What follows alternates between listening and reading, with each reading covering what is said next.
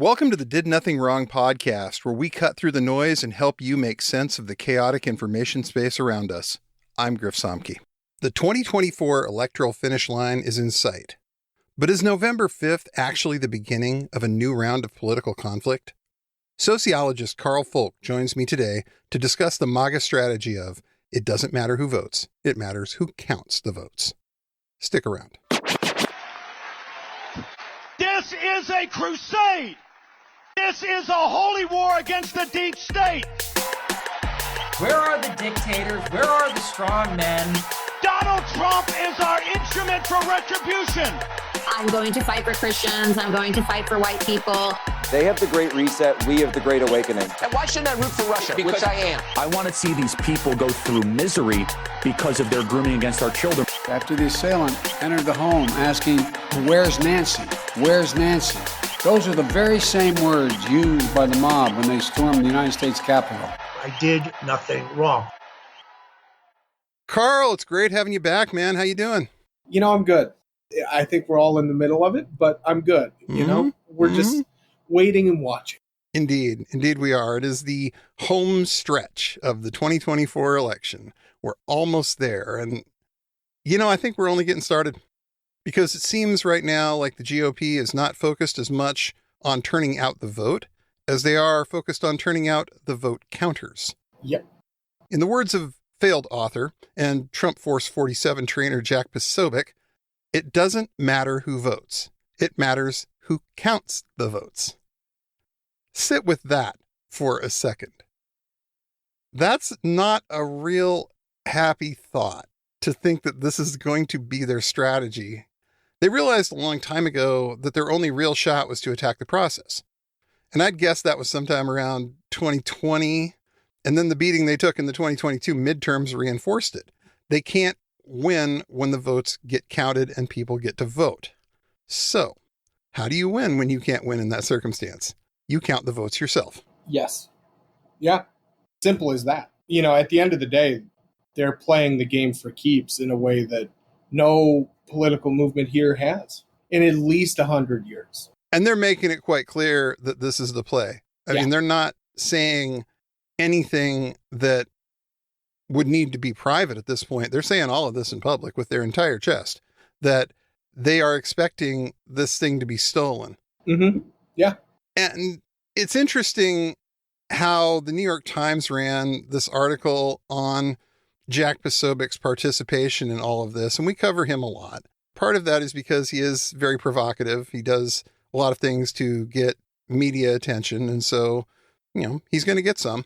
But part of it is because he has increasingly been taken seriously as a strategist, as a media figure, as somebody who is a big, huge influencer in MAGA world. He's gone from rape Melania signs, he's gone from the "you are all gerbils" at Shakespeare in the Park, to having a suit and tie on, doing stuff for Turning Point, got his own show. As far as respectable goes, he's as close to that kind of respectable as you're going to get. And let me emphasize that kind of respectable, because that's not respectable in the same sense that we're probably thinking of it in. But this is from the New York Times, and you really need to read this article. We'll link it because this is where they're at right now. Yeah. Quote, Mr. Posobiec told the group they were the, quote, final line of defense against the encroaching Marxism. Quote, we've already seen the Marxism start creeping in. It's already begun. The question is, are we going to let them finish the job or not? Unquote. And Jack is telling these people that they're defending America against Marxism. Coincidentally, he just wrote a book, we've talked about this, called Unhumans, where he calls everyone to the left of Francisco Franco a Marxist, and he endorses Franco's thought on the subject of how to deal with Marxists. In other words, he thinks that we should go kill them. Mm-hmm. He's been very clear about this, that he thinks that the only way you stop Marxists is to kill them. And he wrote a book about it. So this is the setup for what they want to present as the situation on November 5th as the polls close and the votes are starting to get counted. Yeah. It's bad. They're playing the game. They are. As hard as any authoritarian regime ever will. Mm-hmm. Right? Like, I think we've fundamentally been failed by media to call this what it is. And in doing so, like, they've given guys like Jack room to be lauded as some kind of thought leader, when in reality, he's a two-bit authoritarian wannabe, right? And like that's the problem here. We've elevated the voices of unreason to a point where, I mean, Jack really, I think, is one of the loudest and probably most listened to voices right now in the openly fascist side of the Republican Party. Yeah, he absolutely is. And he is taken far more seriously than he was in 2016. Oh, yeah. He was kind of a sideshow then. Yes. And now he is, like I said earlier, an influencer. He's a thought leader. He's somebody that they get their marching orders from. And the Trump Force 47 campaign trainings are actually featuring him as one of the video speakers to these new groups of people who are going to be out there trying to watch polls.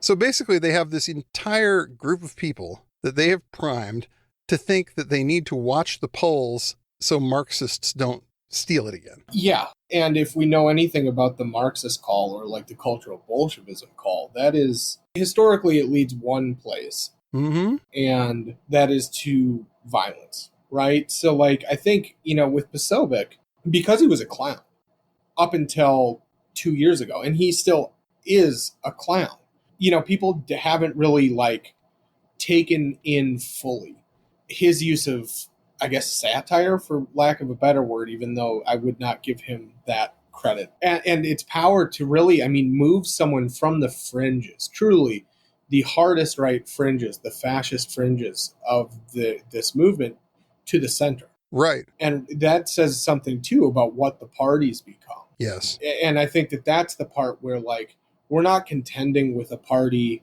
that is even the 2020 Republican Party. No. This is something totally different than the first two cycles of Trump. And they have been radicalized. There's a recent Gallup poll that's out. 57% of Americans say they are very or somewhat confident that the votes for president this year will be accurately cast and counted. That aligns with how Americans have viewed the election results most years since 2008.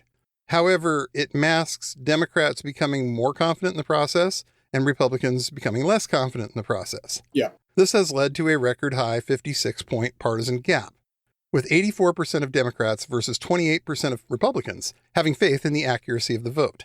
That's not good. Yeah, that gap is so dangerous. That's literally the difference between a country functioning democratically and one functioning in a non-democratic manner, right? Exactly. When you have a good 30% of one party that is totally removed from any normal democratic thought process, let alone like the basic, this will count, we're so far into the water that a lot of people, I don't think, realize how close it is to being over our head. Truly. Yeah. And it's interesting that Gallup has the historical data in this article going back as far as 2004 in the article. And it's roughly 2008, about 60% of both Democrats and Republicans both believed that the election was fair and all the votes were counted. Yeah. Then you fast forward to 2016, and we're up about 85% of Democrats thinking everything was fair and about 55% of Republicans. Now, even though their guy won, 45% of Republicans were still convinced that somehow that the election had been unfair. Yeah. And a guy named Dave Roberts did a Twitter thread about this. He's at Dr. Volts on Twitter. And I think he's right when he says that it's a mistake to interpret this as different people assessing the voting system and coming to different conclusions. The right-wing base has been told for decades that the right winning is the only legitimate outcome, that Dems winning is ipso facto cheating and corruption. Yeah. They don't see any outcome, or they don't come out ahead as being a legitimate outcome. And that is authoritarianism right there. There's no other thing than the authoritarian core right there, right? Exactly. Like, you and I have talked on this show, and I've talked publicly, and you've talked publicly about the fact that, like, when you have a situation where a group and a growing group of people have not just like stopped believing in certain things, but have wholesale walked away from the collective, realities that we all have to kind of exist in together. Yeah. You inhabit something very new, which is that perception that any loss they take is at the hand of a corrupt influence. You don't actually have a democracy, right? No. Like ostensibly you're already outside of democratic norms so far that, like, if we were to see that outside of this country, we would have serious questions about what is going on. Right. I mean, we just had an election down in Venezuela that almost nobody outside of like Max Blumenthal and Aaron Mate probably thought was straight. Yep. And we saw the same kind of thing. We saw the same kind of, excuses get made. We saw the opposition leaders jailed and beaten. Yep. We saw all of these kinds of things, and we saw the same kinds of excuses from Maduro. Yeah. So this is what happens when the authoritarians run an election. Yeah, and this is what classic modern authoritarianism looks like, right? Uh-huh. Like, you hold an election, and if your team loses, it's automatically an election that didn't count. Yep. And we see it everywhere, right? Like, we see it in Orban's Hungary. We see it with Maduro. We see it with Putin. We see it repeated time and time again with an authoritarian movement, that hard authoritarianism of the post-war kind and kind of pre-war kind. It just doesn't exist like that anymore, right? We don't tend to see hard violence deployed to stop the vote. What you see is those in power that are trying to insulate themselves tend to just claim fraud and then move forward with other mechanisms, both governmental and social, to reinforce that. And Trump and co., have been doing that for a decade now. Mm-hmm. And before that, the Republicans had spent 30 years telling their followers that they were the divine choice for leading this country, and anything else or anything less was taken away from them. And it sets up a hell of a situation, and one that, like, we're not going to know the full scope of how incredibly bad it is until 7:30 or 8 o'clock on the night of the election. Yeah. Once the polls start closing on the East Coast. Yep. I think we will get some clarity as to just how bad this is going to look for them. Yep. And I think the first place we're going to see it is Georgia. Yep. Because Georgia has been a test lab for these guys for the last ever. This is just something they've always done. And this time around, they have been systematically purging people off the rolls. They have been using citizen volunteers to challenge registrations. They're going to do even more of that. We had Zach Roberts on the podcast not too long ago, and he made a documentary about this. It's free to watch. It's called Vigilantes Incorporated. He did it with a guy named Greg Palast, who's been on top of electoral questions since about 2000 or so.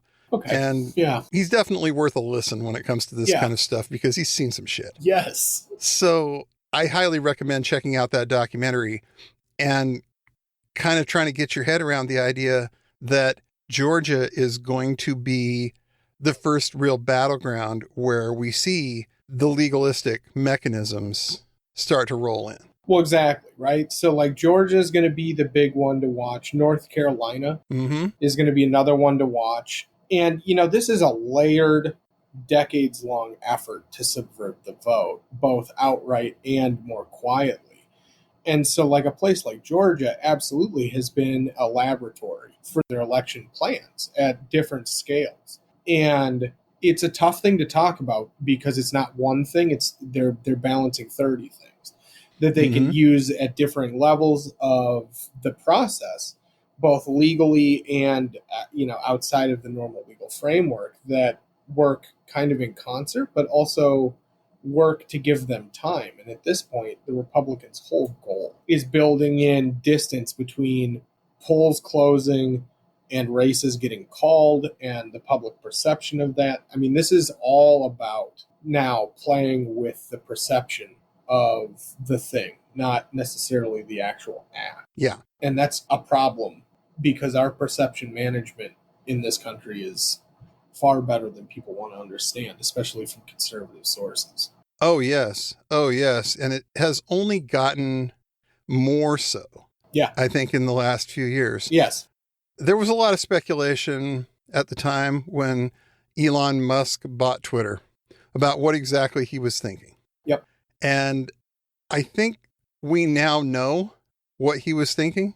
Yeah. And I think it's pretty clear that he was thinking he wanted to be in this position at this moment.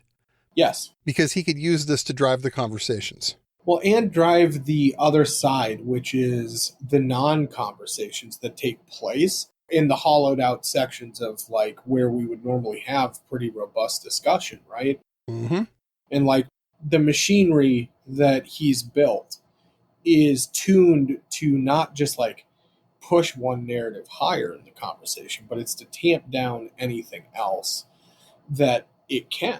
And in doing that, you know, it gives room to the worst actors imaginable. And I think it's absolutely right that when he purchased this, he purchased it for the last 20 days and for the next 90.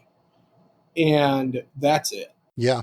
People mistakenly say, well, the Saudis or whoever lost out on their money. I think they're getting exactly what they paid for right now. And we're just starting to see the full dividends of that in how this is being used both to tamp down certain kinds of speech and conversation, while at the other time astroturfing the opposite.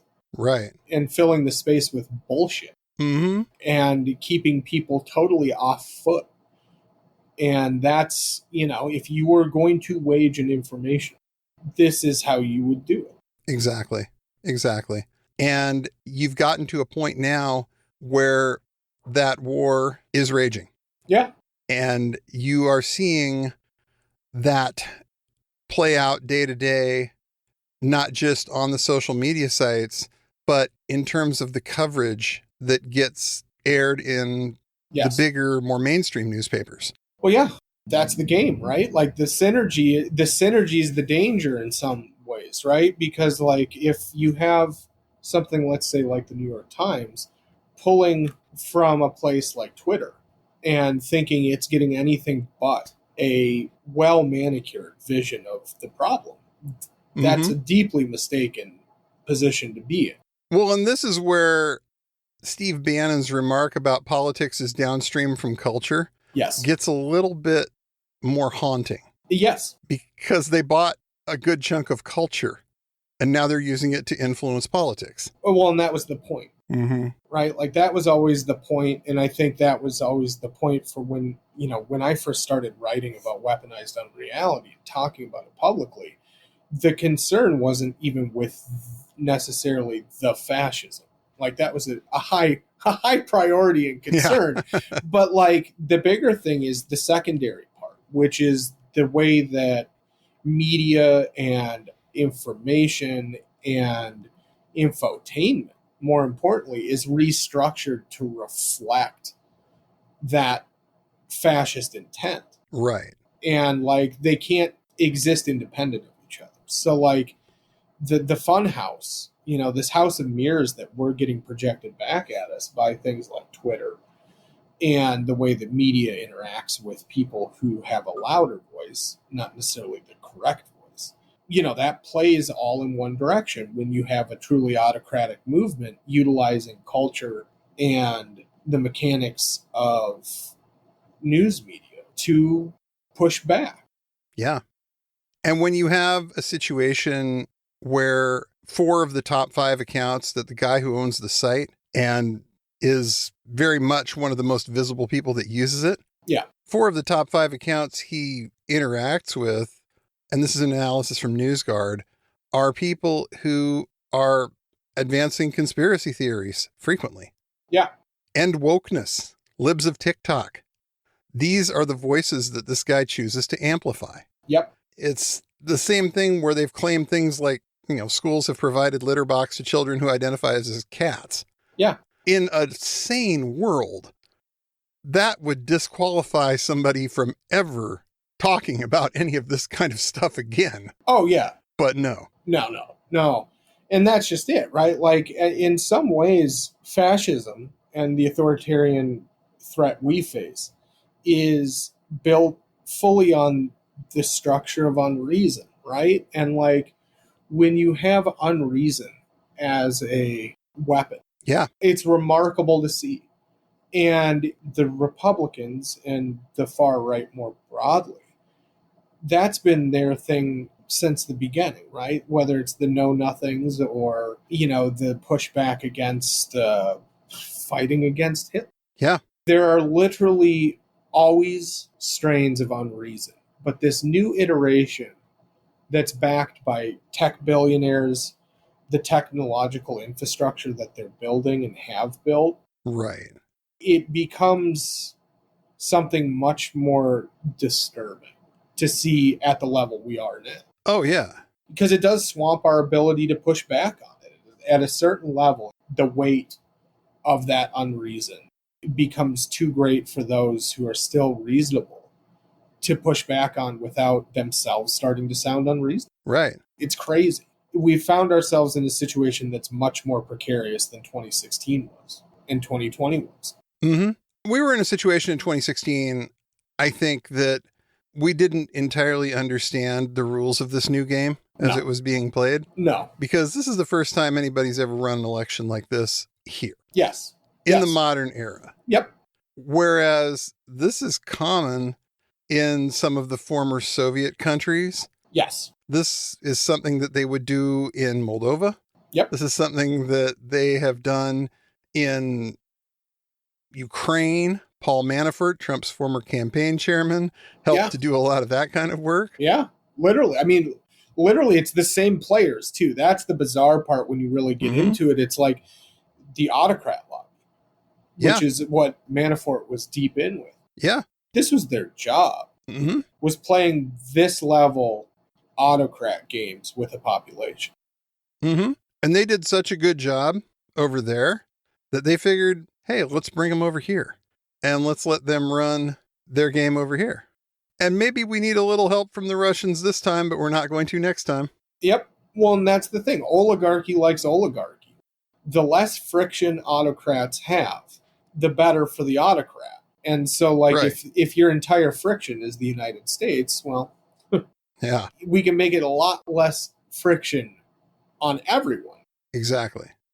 And it's amazing when you have like an intermediary like Elon Musk, who, to the best of my knowledge, there's really never been anybody like this before who has had his thumb this thoroughly on the scale in the run up to a presidential election.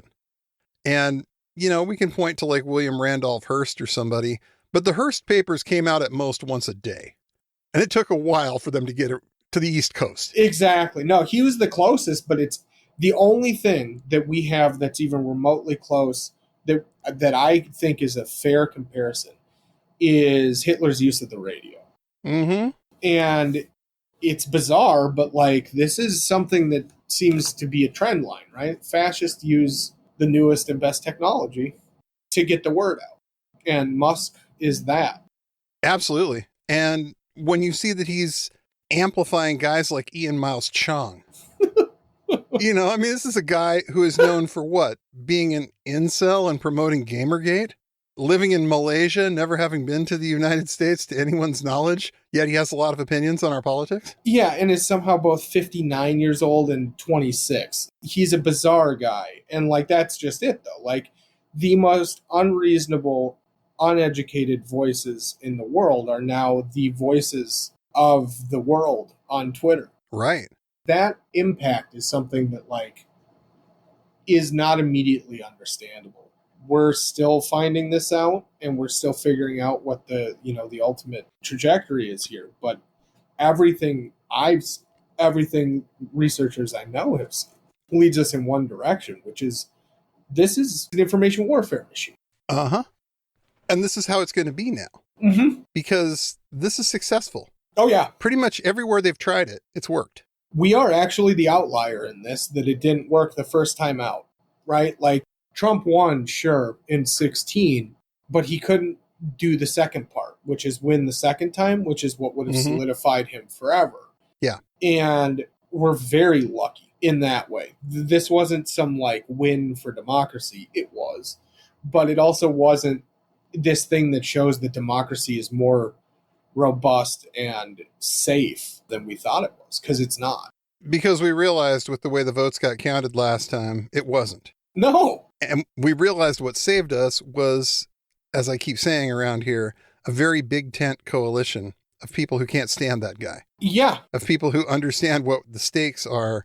And you get enough people who can't agree on much else, but they can agree that that guy winning is a disaster.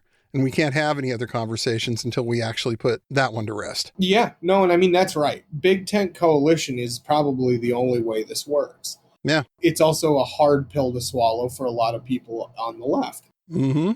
You know, my big fear, and has been for a year now, is that the right figures out how to exploit that more fully. Yeah. And they seem to be getting a pretty good picture of that. I think it's too close to the election right now for them to really utilize that specific thing that they're figuring out. But, you know, we have to be very conscious as a society that, like, they are going to, for the rest of our lives, find any vulnerabilities they can and start pressing into them very specifically in an effort to push things apart. Not to bring people over, not to do anything, just to split it apart. Because they don't have to get very many of these successes. They really just need to get back in power. They need to get one win at the national level, and this thing gets hard in a way that we haven't really ever had to deal with. Yeah.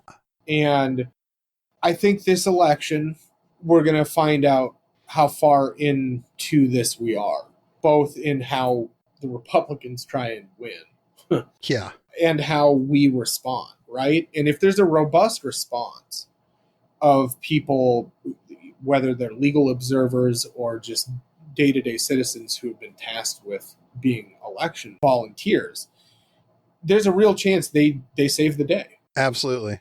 Right? Like that the case can't be made that this election's stolen and that the Republicans' landslide loss is somehow the result of cheating. Some kind of steal, some kind of scam. Right. Which is where this goes. Like, I think it needs to be very clear for everyone listening. Their goal is to cause enough chaos that they can say that we won. And these results that are, let's say, 10 million people vote against Trump. Trump loses by 10 million votes. That's a huge number. But if the Republicans play it right, that number actually doesn't mean shit. Yeah. For the exact reason you said at the beginning of the show. They understand it's who counts it now who matters. Just in the same way that Bannon understood culture and politics play very interesting games if you want them to. And we've made decisions over the Biden administration years to be somewhat less than realistic about the extent of this project by the Republicans. Right. To our detriment. And, you know, if you have a project that's been going on 40 years with things like Heritage Foundation, with things like the involvement of guys like Roger Stone or Paul Manafort, when you look at the project that they've enacted and now is in the end stages, they're not going to give up if they lose. No. And I think that for me, that's been the thing that everyone just needs to really steel themselves for.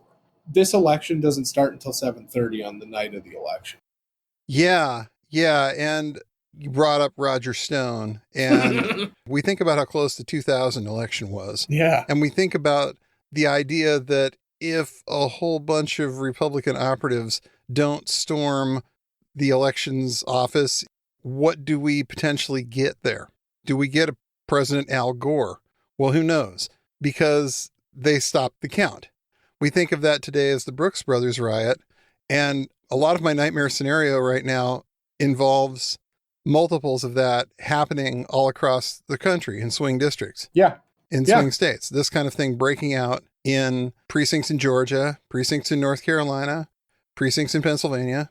I see this kind of thing potentially happening. And this is where I think that the money really kind of has to come in. Yes. Because Harris has raised something around 678.2 million was the last stat I saw.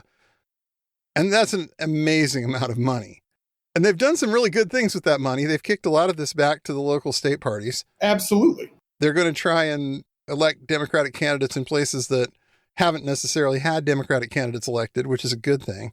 But they need to take a good chunk of that money and hire every lawyer they can get their hands on. Yes. And have a lot of these people waiting. They say they're going to do this. So I'm really hoping that they're not working from home on this project, that they're actually at the precincts. Yeah.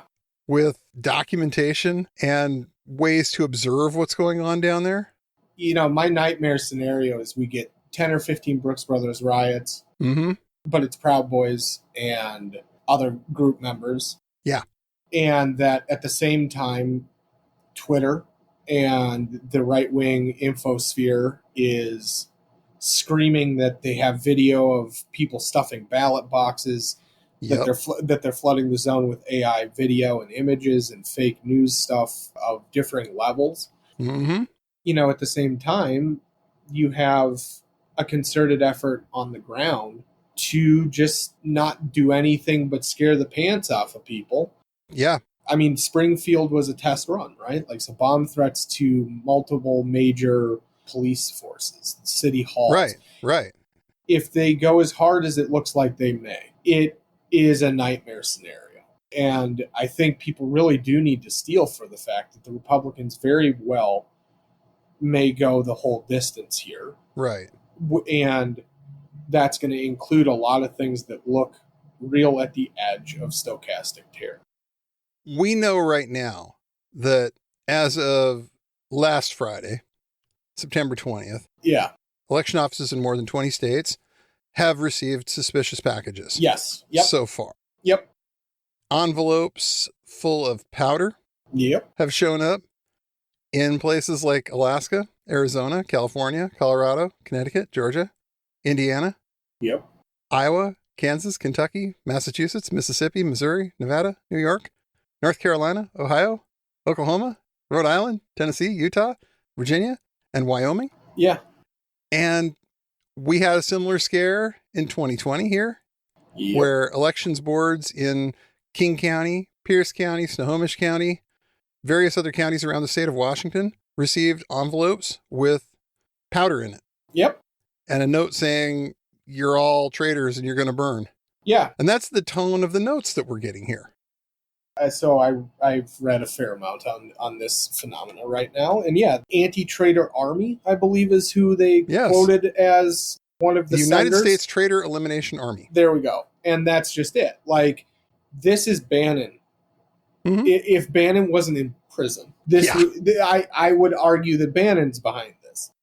This is what true hybrid warfare looks like. There's two groups in this country, patriots and traitors. Steve Bannon. You know, and that's the thing. Like, this is info war. This is what actual information warfare looks like. This is what low intensity gray war looks like. And in other countries where this has happened, whether that's Hungary or Russia, we call it for what it is, which is pre-vote election interference. And we need to get very comfortable with calling things by their name for this reason right now as a population, because this is a fascist assault on every pillar of democratic society at the same time. We got to stop being afraid to use the word fascist when it comes to these people as well. Yeah. People like Jack Posobiec, who are elevated to the top levels of this party now. People like Laura Loomer, who gets to ride around on Trump Force One with the president, have had no qualms at all about behaving like this, and in some cases, actually using the words. So we can't shy away from it anymore. No, and that's just it. Look at Mark Robinson. These are self-identified Nazis. Yeah. It is one thing when we get into Poe's law online, right? It is a different thing when you have multiple members. Robinson is one of, I think, 7 I can think of on my hand right now, where they have self-identified as Nazis at one point in their life. And if you're self-identifying as a Nazi, you're a Nazi. Yeah. It's not just being mean. There's no nuance to split here. No. It's like, okay. If someone says, they're a Nazi, they're a Nazi. Believe them. Yeah. Don't sugarcoat it. Mm-hmm. And we're dealing with a fascist authoritarian party, right? Like the Republican Party is not engaged in politics as we understand them and as democratic society would require. No. And the more that we allow media and others to normalize what they've become as a political movement, the more danger we come into. Yeah. And that's just it. Around this election, like, we just need to be clear about what this is. Exactly. We need to do our best to get as many votes in early as we can. Mm-hmm. And we need to be aware that this is going to go on possibly for a while. Months. This is not going to be over on the 6th. No. We'll be lucky if we have actual results by the 8th or 9th, I would assume. Right. So eat your Wheaties, do your cardio, drink lots of water. Yeah. And be ready for the long haul that November and possibly December could turn out to be. Yeah. Because if certain GOP operatives have their way, that's how it's going to go. Yeah. And I think too, like, the best thing that we can all do is just know, like, there's no for sures in this, right? Like, and I think that that's something that is really tough for everyone. Those of us who watch and write and study this, as well as those who are just casual observers. This level of ambiguity that we've got right now about what is going to happen, it makes it a lot harder to feel good about anything good coming. Yeah. That is totally normal. So, like, I think the best thing that I've been telling myself and others is give yourself a little grace here. This is more wild than the media or anyone else is letting on. Yeah. Like, we've normalized something so not normal that by this point there's some dissonance here. Yeah. And we all just need to know, like, you're not going crazy. This is actually as weird as it feels right now, even if no one's saying it. Right. And take care of yourself. Yeah. Take the time to do that self-care, to get offline for a while if you need to. We keep saying this. If you need to touch grass, touch grass. If you need to go get in the car or go out in nature and just get away from it all with no device, you got to do that stuff. Please. It'll help. And, for me, I've gotten off Twitter pretty completely. And coming back on, it's very apparent how just toxic it's become. And, like, I think if people can really take their time for themselves, they're going to give themselves a big leg up for the next 90 days. Make sure that you have the mental gas, if you can, to keep going. Yeah. Yeah. Because it might be important. It really might. No, it really might. And, like, one of the things that we say a lot, but the reality is, like, if this does go sideways, there are a whole lot of people that are out here trying to make sure it doesn't go so sideways it's untenable. But we all have a place in that. And if it goes really to the point where people are talking about being in the streets or that kind of thing to try and push back some kind of election fraud by the Republicans, you're going to need to be in the street. And that takes real energy, no matter how long you've done it or if it's your first time. Mm-hmm. It takes energy that you don't know that you don't have. So take the time you can now, because there's a chance that you might be called upon. Right. Because this is when it's actually important. Yeah.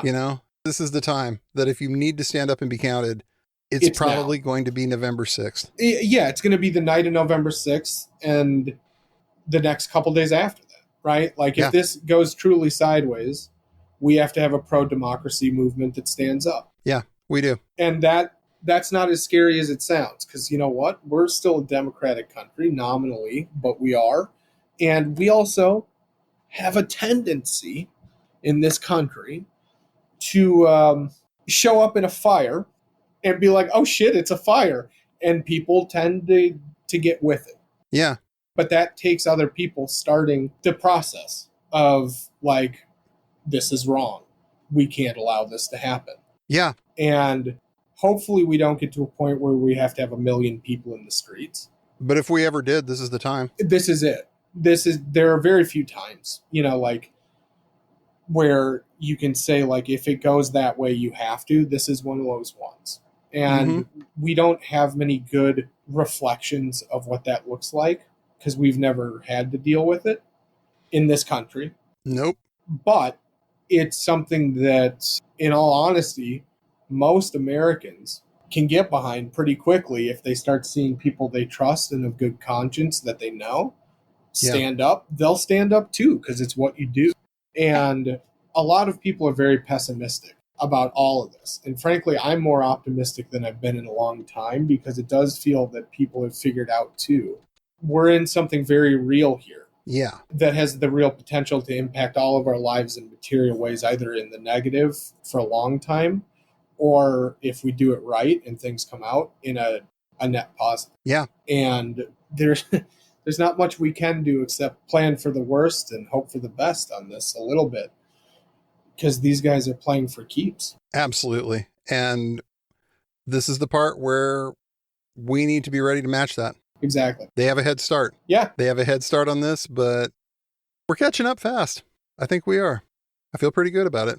It's something that the rest of the world learned in World War II. Like, once we get a full head of steam as a population, we tend to run with it. Yeah.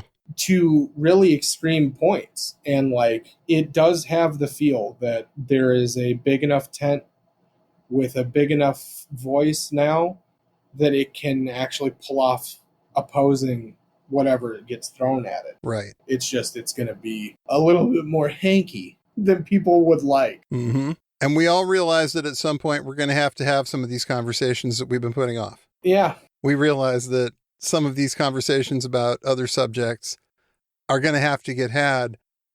And I'm optimistic about that too, because one thing that hopefully being part of a popular front, as it were, has taught us is that it's possible to work with these people. Yeah. And these people across the aisle that were ordinarily somebody that were, rivals or somebody you thought was the enemy at one point. You can work with this person. You can come to terms with them. You've already managed to do it once on a big enough issue. Yeah. There's good faith being built with any luck. Well, and that's the hope, right? I think one of the things that none of us really have fully taken in yet is like the most bipartisan thing of our time might be opposing fascism. Yeah. Yeah. And there's some irony there. There really is.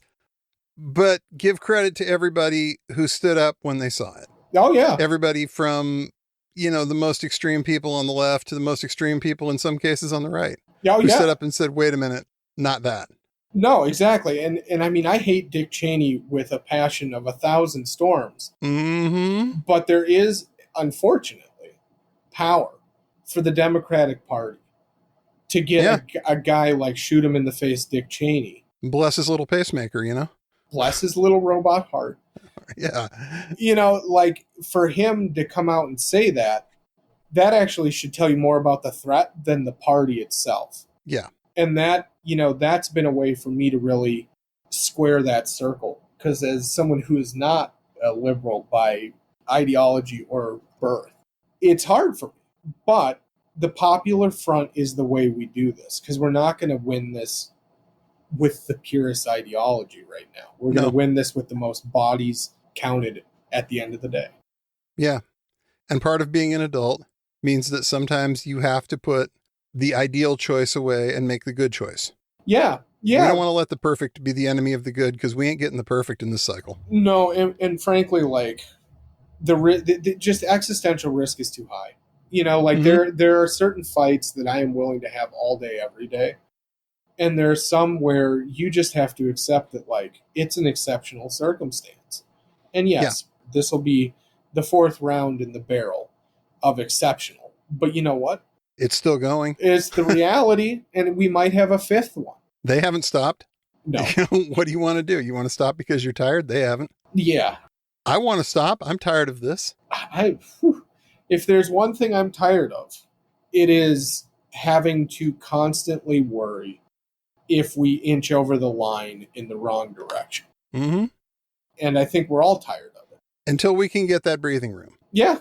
And I don't know when that's going to come. I don't know what that's going to look like. No, and we've had, to be fair, we've had some breathing room, right? Like the beauty of Biden's win is it gave us the breathing room to understand that we couldn't do Biden again and that we had to do something totally fundamentally different on what is projected by the party. That's great. We need another 8 years of room, though, to really shore up the Democratic pillars that have been eroded for over a decade. Exactly. And like, that's the only time we're going to be able to start to say, okay, great. These people are not going to have a chance to gain power, so we can do other things. Nope. But right now, not the case. We're on the right track. I think we can get there, but it's going to take all of us, and it's going to take all of us coming out November 5th, November 6th, November 7th, until it's not necessary anymore. Yeah. So, you know, I think I said it last time I was on, but like, we have to get comfortable planting trees that we're never going to sit under. Mm-hmm. And this is just a great reminder of that, you know, like if we win, we get the room to plant orchards. And if we don't, well, that orchard gets a lot scarier. Yes. But I don't know. We have such a situation here where everyone is broken up and atomized just by the situation, both the liberal situation and the overall politics situation. Right. And I don't think it's as fractured as people feel it is. No. I think there's something here that if we pull this off, we're going to get a lot out of it that we haven't even understood yet.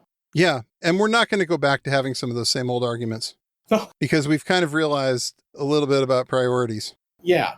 Some of this stuff just isn't as important as we thought it was before. You know, I think that's one of the things for me, like looking forward, right? Like we have some other threats that live in the same world, and they're going to be with us a long time after this election, regardless. And we have to be very, I think, clear-eyed that we have multiple layers of authoritarian bullshit that have been shoveled on us over the last decade. And there are going to be some battles that we have to fight head on, like the election. And there are going to be other ones that we might be able to get around without having to go that far. Exactly. So, you know, I think at this point it's just going to be tolerance, like having a little bit of tolerance for loss, and a little bit of tolerance for ambiguity, and a little bit of tolerance for feeling a little bit crazy, because we're all going to feel crazy by the time this is done.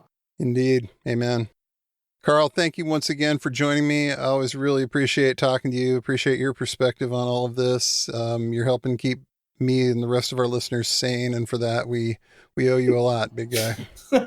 Honestly, I love coming on because frankly, like this can be really dark. Yeah. And it's good to have a way to talk about this that's the correct way in my view, but also isn't dark. So I'm happy we can do that. Right. Because we're not out until we're out. No. And we're not going to be out. So let's keep doing what we do and be ready to show up and show out. It's all we can do. And, you know, once we get a little bit closer to Election Day, there might be more to be said. So we'll see. Indeed. Take care, sir. You as well. Thanks for listening to the Did Nothing Wrong podcast. If you want to hear more, you can find us on the web at didnothingwrongpod.com. Please make sure you subscribe to get our content straight into your inbox. You can also follow us on Twitter at GrizaBJJ, GRZABJJ, as well as DNWPod. We're extremely grateful for paid subscriptions and donations that allow us to keep doing this important work. Thanks, and remember, everyone mentioned did nothing wrong.